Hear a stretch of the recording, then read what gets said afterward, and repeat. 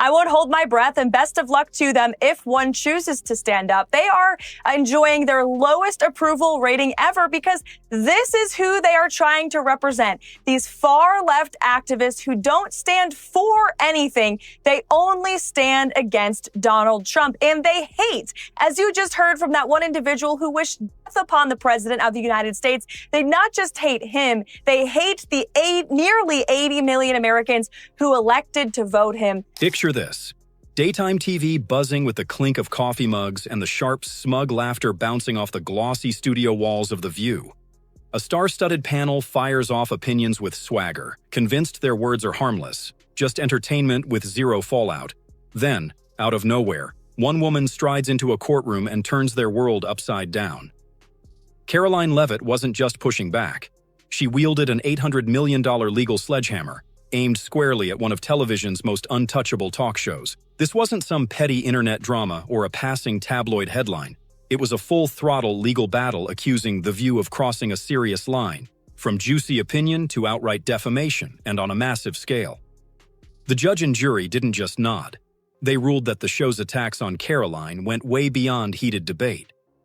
It was a brutal assault on her reputation, masked by glossy production and rehearsed smiles. This lawsuit ripped apart the careless bravado of daytime gossip and shattered the myth that long-running shows like The View are invincible just because they've got cameras and stars. Oh, and before we dive deeper, smash that like button and subscribe to the channel. It's the best way to keep these wild stories coming your way. Now buckle up, because what happens next is so unexpected it had Joe Rogan cracking up so hard he nearly dropped his elk jerky. The episode of you when you're on The View, when you were running for president, you got introduced as our friend Donald Trump. But does he really want to add President of the United States to his resume? A lot of people would like him to. Please let's find out, and please welcome my friend, Donald Trump. That's right. Whoopi Goldberg gives you a big hug and a kiss. Joy Behar gives you a big hug. Barbara Walters gives you a big hug. And then you actually started winning in the polls. And then the machine started working towards you. That red hat that says Make America Great Again, might as well just put a swastika on the hat. Joe Rogan didn't just chuckle, he unleashed a full-blown verbal assault. The moment news dropped that The View lost the case, Rogan pounced like it was the final round in a UFC title bout. This wasn't a casual jab, it was a devastating knockout. He shredded the hosts with ruthless wit, tore their arguments to pieces, and tore down their whole setup like it was a flimsy house built on soggy cardboard. He didn't see The View as a political talk show. He called it group therapy gone wildly off the rails, a stage where outrage drowns out reason, and every host competes to outdrama the others. He exposed how their so-called debates often sounded like a chorus of Wikipedia pages being read aloud by folks who haven't fact-checked a thing since 2006. It was savage, and absolutely hilarious. I get it. I also hate Joy Behar. So I don't love you, but I also hate that squawking bird. So I hate the whole thing. And frankly, that show, you want to talk about a show that set women back, is The View. You want to talk about that show. If the CIA is engineering, Antifa and in the Capitol riot, some crazy misogynist engineered The View, because there's nothing worse than The View. In terms of there are so many brilliant women out there. None of them are on The View. None of them have gone near the set of The View. Rogan's critique cut deeper because he wasn't just any outsider. He'd been in their crosshairs before. They'd mocked him, brushed him off, painted him as some tinfoil hat podcaster. But here's the kicker. While they laughed at his elk meat and DMT tales, he was quietly building one of the most powerful media empires on the planet. Now, with this lawsuit dragging The View into the spotlight, the tables had flipped in a way no one saw coming. What made Rogan's takedown hit so hard was its razor-sharp accuracy. He didn't just roast The View, he exposed the shaky ground beneath it all. And when a mainstream TV giant gets demolished by a podcaster for being clueless, you know the system's cracked. Believe me, this was just the opening act in what would become their total unraveling. The culture shift between right and left authoritarianism, and now people don't recognize that if you just stopped looking at it in terms of red and blue, look at the actions, whether it's suppression of free speech, pharmacological interventions that are mandatory, right. whatever it is, that used to all be associated with the authoritative right, the authoritarian right. And now those things are being embraced by the left. And I just think it's just an ideology thing. And I think we get confused and we think we're on the right side. We're on the right side. And if it's our side that's saying this, for sure that's the right thing to do. And no one's critically thinking about this. What truly shattered the illusion was how The View built its brand on relentlessly mocking conservatives, especially Donald Trump, and labeling anyone who disagreed as a threat to democracy. Time and again, they pushed the narrative that Trump was the modern-day Hitler. And no, that wasn't just a figure of speech. They literally said it, over and over. But here's the catch. Half the country didn't buy it, and they sure as hell didn't forget. Karoline Leavitt was one of their prime targets. They twisted her image, stretched the truth until it snapped, painting her as a cartoonish villain. But she refused to back down. Instead, she gathered evidence, compiled facts, and waited for the perfect moment. Then, she struck with legal power so fierce it sent shockwaves through the entire media world. Meanwhile, as the show kept branding Republicans as conspiracy theorists, it turned out they were the ones drowning in bad takes, failed predictions, and false claims, exaggerations that didn't just age poorly, they spoiled like milk baking in a scorching heat wave. This is the most important part. This was right after she was saying, we are run by ABC News. You should trust us, not Joe Rogan, who believes in dragons. So she by saying we should trust them because they're double-checked by ABC News, and then making the stupidest statement. Like, you didn't listen to what I said. Yeah. You didn't listen to what the wildlife about, and that's only a part of what he said. Every time The View unleashed another dramatic monologue, it felt like they were digging their own grave, using a diamond-studded shovel no less. Watching their reaction to the lawsuit was like witnessing a slow-motion reality check. The smiles vanished, the confidence cracked, and suddenly the very voices that once preached with authority were left scrambling in damage control mode. And that was just the beginning of the fallout. The media meltdown exploded next. The moment the verdict hit the airwaves, it sent shockwaves through culture itself. Coffee mugs in living rooms across America practically shattered from the sheer surprise. The View didn't just lose a case, they got vaporized. Not the fleeting kind of social media cancellation that lasts a day or two, but an $800 million wrecking ball crashing into the glittery world of daytime TV. This wasn't merely defamation, it was defamation with jazz hands, studio applause, and flashing signs like a Vegas slot machine. Karoline Leavitt's legal team didn't just win, they obliterated the whole narrative. Every smug comment, every twisted spin, every eye-roll-worthy hot take got dismantled, fact-checked, and torn apart in court. It was like watching a magic trick unravel in slow motion, except the trick was pretending The View ever had a grip on the truth. And the best part?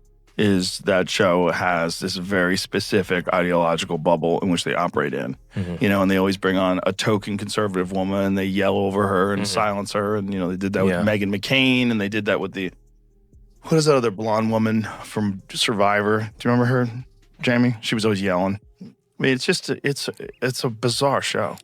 The very hosts who once handed out moral lectures like candy now stood stunned and bewildered, unable to fathom that someone had finally pushed back. For years, they treated politics like a soap opera, where drama trumped facts and the loudest voice always won. But Karoline didn't shout. She came armed with undeniable evidence. As The View buckled under the weight of legal scrutiny, the internet had a field day, turning the whole fiasco into a non-stop comedy roast. Memes flooded in within hours, and Twitter blew up like never before. I think it's insulting that you are trying to test my knowledge of economics and the decisions that this president has made. I'm now regret giving a question to the Associated Press. You're asking me for what the president's justification is for these tariffs. It's not up to you. You're not the president, Gabe. To hire a spokesperson just so that Elon Musk doesn't put out tweets that then confuse federal workers. Are my press briefings not good enough for you, Jackie? Clips of their most absurd moments started getting remixed with violin music and dramatic courtroom sound effects. This wasn't just a lawsuit. It was a full-scale cultural takedown, and The View was the main course on the chopping block. Now, here's where it gets really awkward. Remember how The View treated Donald Trump before he even ran for president?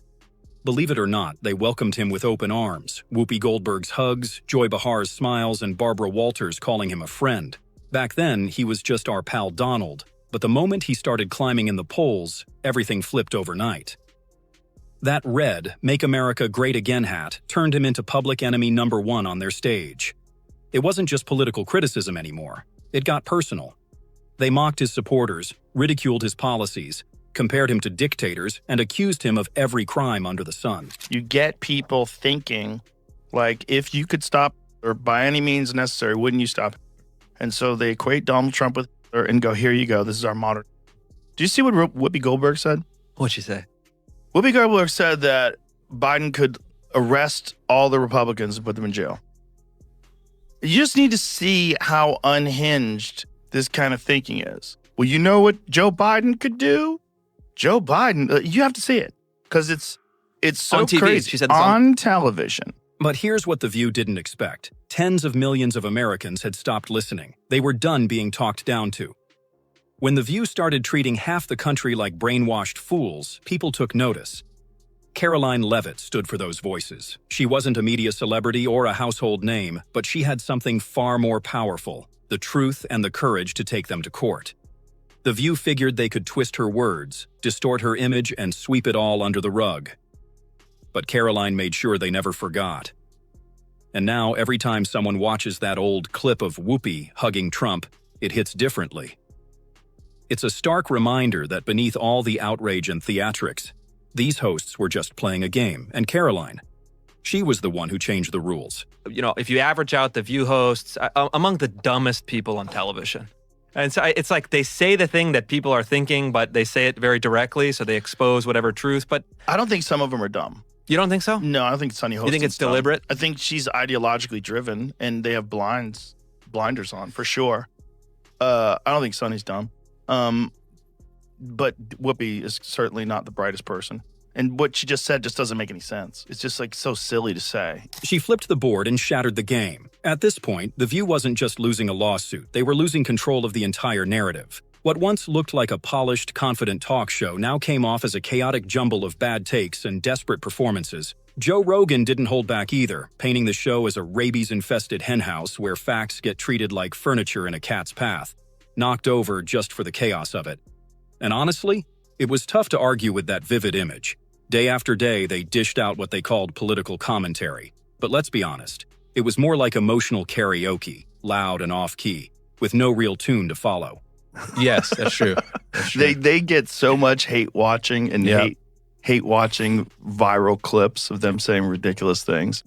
I mean, it is a rabies-infested henhouse. And at the same time, it seemed like the most interesting part was their audience seemed to be on my side. Yes. And that's their audience. Yes. Well, their audience is not really their audience. Their audience is a group of people they bring in to watch television shows. One host would launch into a rant, the others would nod along, and the audience would clap on cue. Somehow, that passed for analysis.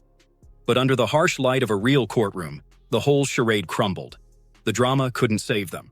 The applause couldn't shield them, and their smugness. It only made the fall even more brutal. Joe didn't just tear apart their content. He went for the foundation. He pointed out that if any show had damaged women's credibility in media, it was The View. Not because it was run by women, but because it showcased the absolute worst version of political discussion. Screaming matches, one-sided arguments, cheap shots, it all looked like a parody, except they were deadly serious. And with brilliant, informed women around the world doing real work in politics and journalism, seeing The View strut around as the face of female commentary was more embarrassing than empowering. Joe put it bluntly. None of those women belong on that set.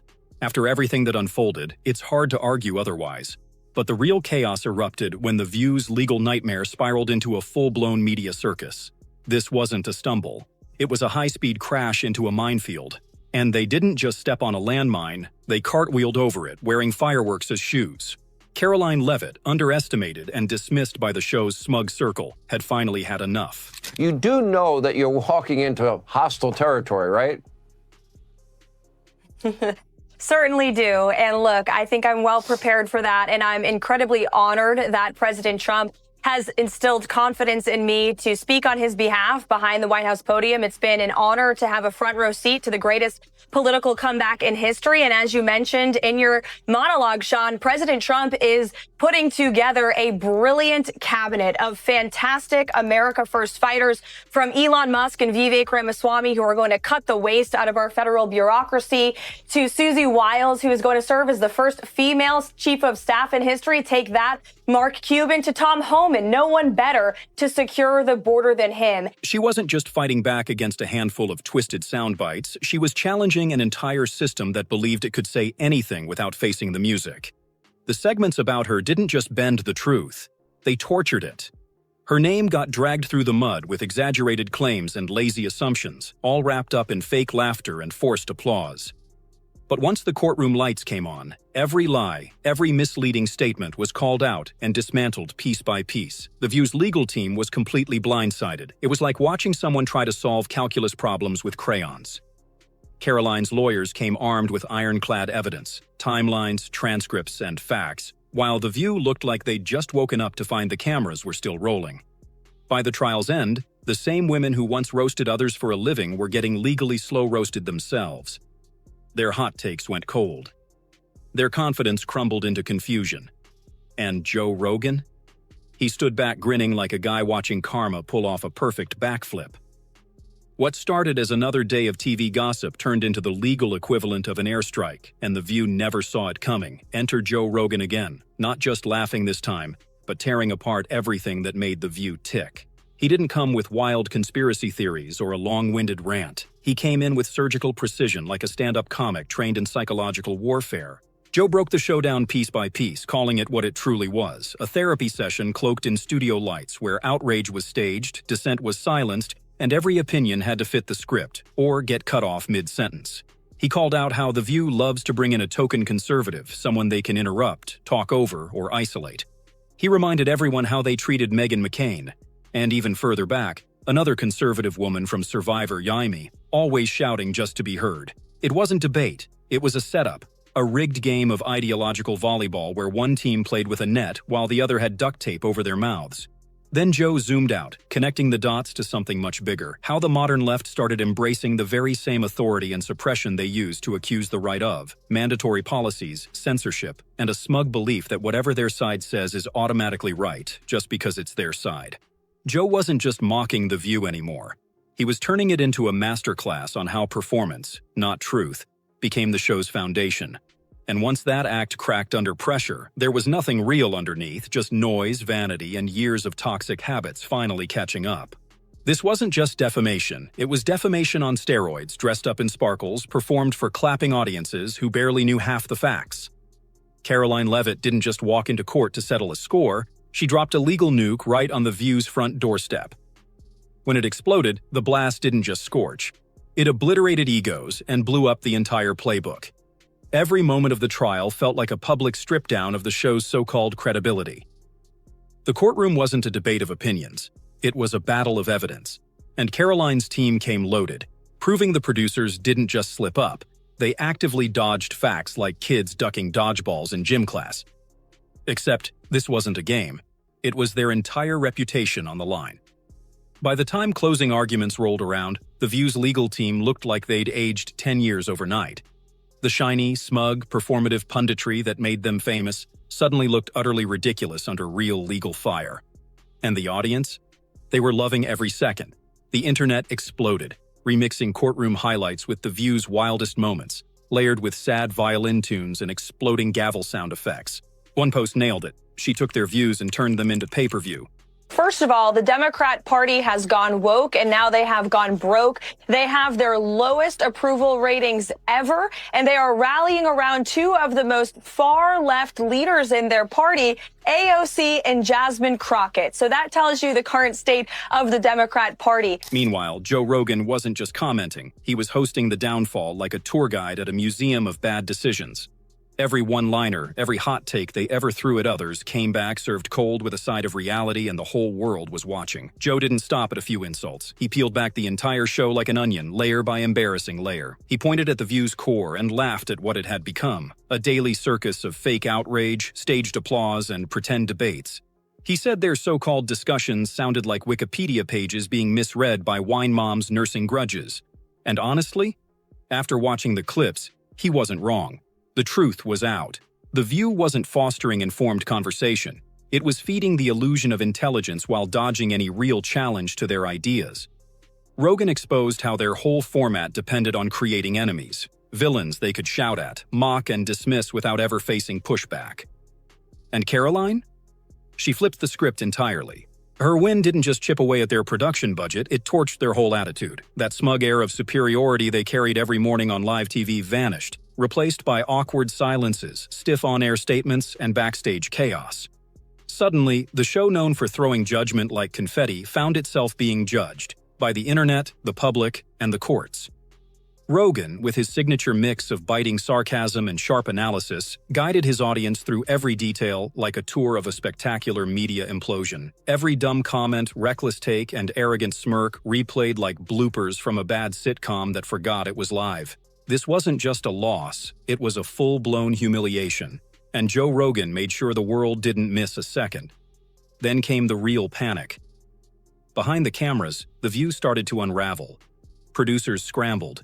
Legal consultants were reportedly brought in to vet every sentence before airtime. Imagine trying to drop a fiery hot take with a lawyer breathing down your neck saying, "Rephrase that, or it's another 100 million." Sponsors vanished like daylight in a blackout. The cozy coffee brands and overpriced wellness products disappeared, replaced by ads for foot fungus cream and discount cat food, a billboard screaming, "Your audience is drying up." Advertisers didn't just flee because of the lawsuit, they left because the show had become radioactive. No brand wanted their name beside a panel facing the public equivalent of a slapstick courtroom meltdown. And the audience? They started thinking. The View didn't expect that. Viewers began asking real questions. Wait, did they actually say that live on TV? Or, how is this still called political commentary and not an over-the-top improv show with rage issues? Memes flooded social media. Karoline's face got slapped onto an Uno reverse card.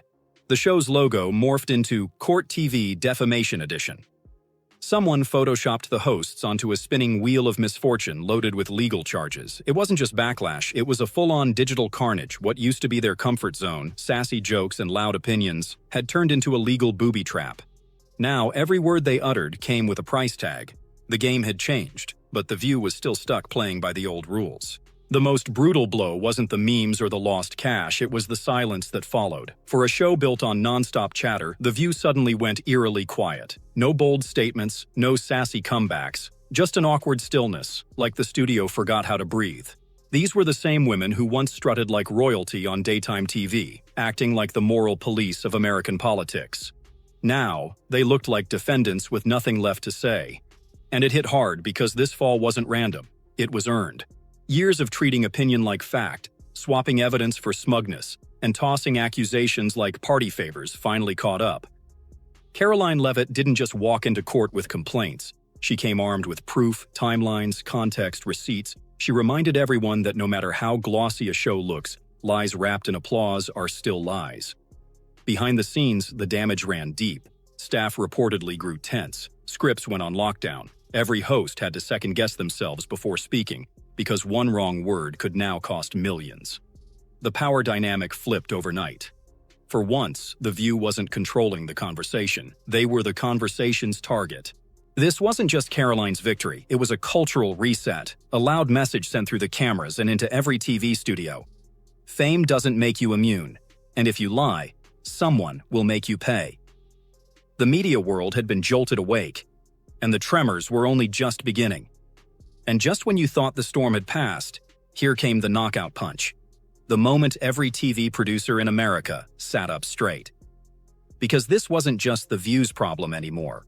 Karoline's win cracked open a bigger question. How many other shows have been skating on thin legal ice? Overnight, Karoline's case became Exhibit A in every media lawsuit PowerPoint across the industry. Legal teams started asking themselves, wait, how many times did we call someone a fascist last year? Panic set in, fast and furious. Meanwhile, the internet kept the roast going. Clips of The View's worst moments went viral again, this time paired with dramatic courtroom footage and gavel sound effects. Some posts were pure genius. One meme said she took their views and made them pay-per-view. Another photoshopped the hosts into a courtroom game show, spinning wheels labeled defamation, lawsuit, and public shame. And Joe Rogan, he kept firing off hits. Every sentence landed like a finishing move. He wasn't just mocking, he was documenting a spectacular downfall, comparing their spiral to a nature documentary about collapsing egos. At this point, that's exactly what it was. For years, The View acted like their studio lights gave them superpowers, believing that as long as they looked confident and shouted loud enough, they could say anything. But $800 million later, the truth was out. Their real worth wasn't just measured in court, but in credibility. Karoline didn't just win a case, she flipped the entire media landscape upside down. What made this meltdown so satisfying wasn't just the lawsuit or the chaos. It was that, for once, someone stood up to the media machine and won. She didn't come chasing fame. Her mission was clear: shut the door on the idea that big platforms can say whatever they want, destroy reputations, and walk away with a smug laugh and a studio audience. Karoline wasn't just swinging at The View. She took aim at every overpaid host who thinks snark can replace substance. And it worked. Now, The View is officially a cautionary tale, landing right alongside fake tabloid headlines about Elvis eating pancakes with Bigfoot. Once you cross the line from opinion to slander, you don't get to hide behind camera lights. Not anymore. Joe Rogan's take was simple. If your empire is built on gossip and smugness, it only takes one person with a lawyer to burn it all down. And he's absolutely right. You can only play untouchable for so long before someone comes back with facts, evidence, and a lawsuit that leaves your credibility in ashes. This case sparked something deeper. People are finally seeing through the polished nonsense. Platforms like Rogan's, love him or hate him, at least let opposing voices speak. Meanwhile, The View was just a one-sided performance pretending to be a discussion. And now, that performance is over. If you enjoyed this video, don't forget to hit the like button and subscribe to this channel. Also, drop your thoughts in the comments. See you on the next one.